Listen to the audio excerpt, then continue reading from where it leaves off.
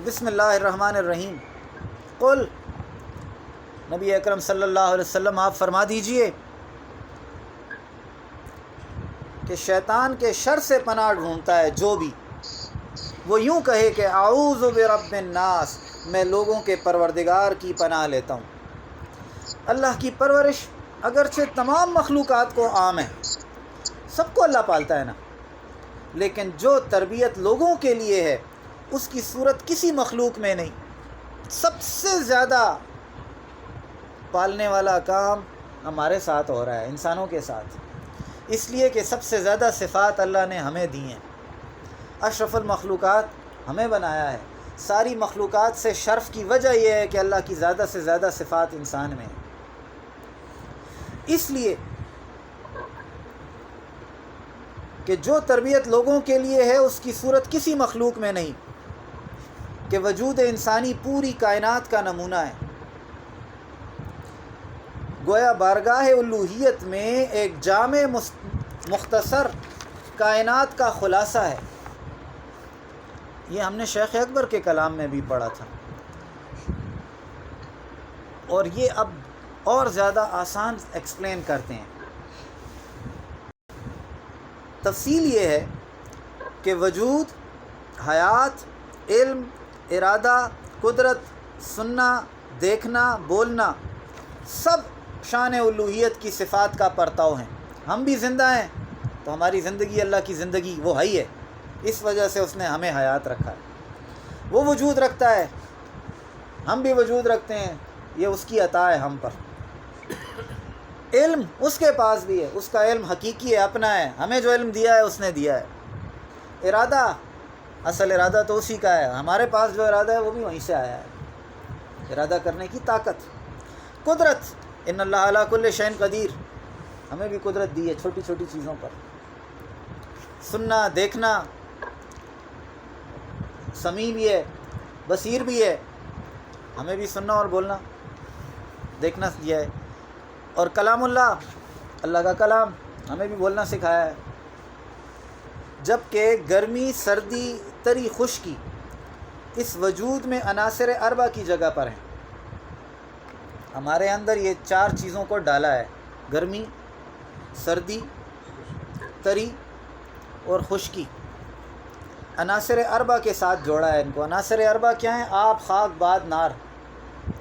آب پانی، باد ہوا، خاک مٹی، نار آگ، یہ چاروں چیزیں ہمارے اندر ہیں۔ کیسے؟ سانس لیتے ہو تو ہوا کا عمل دخل ہے نا، نہ صرف سانس لیتے ہیں بلکہ ہوا کو نکالتے بھی ہیں، خارج بھی کرتے ہیں، ہوا کا اتنا عمل دخل ہے ہمارے اندر۔ خاک، ہم مٹی سے بنے ہیں، اسی لیے مٹی کے ساتھ مٹی ہو جاتے ہیں۔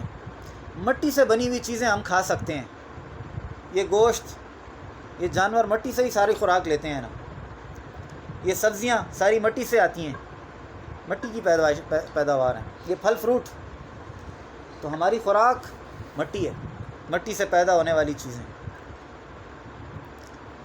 آب، پانی، ہمارے اندر رطوبتیں ہیں، پانی کے بغیر ہم زندہ نہیں رہ سکتے۔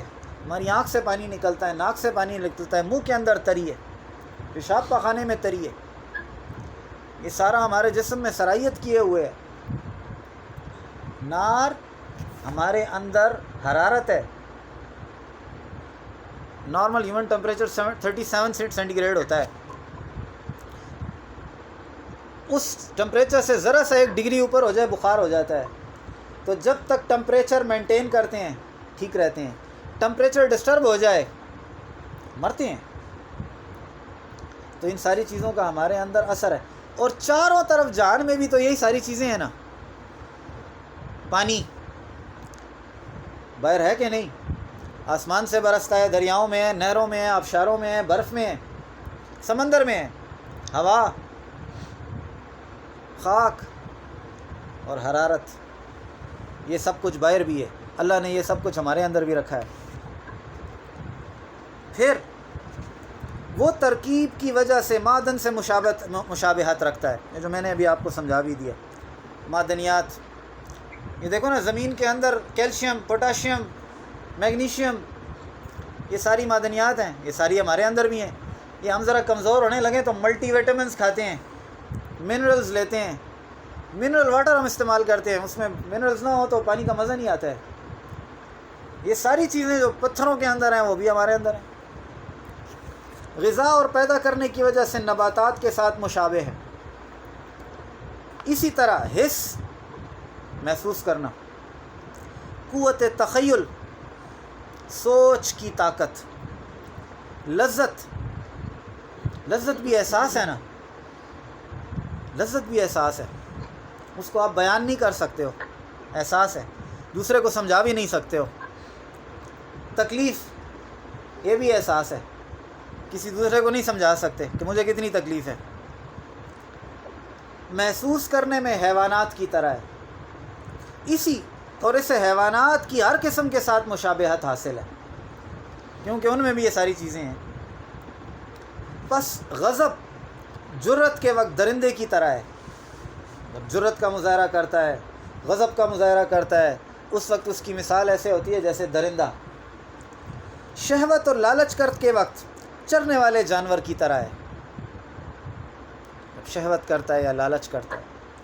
مکر، ہیلا، اغوا کرنے اور نیکیوں کے نظام کو درہم برہم کرنے میں شیطان ہے۔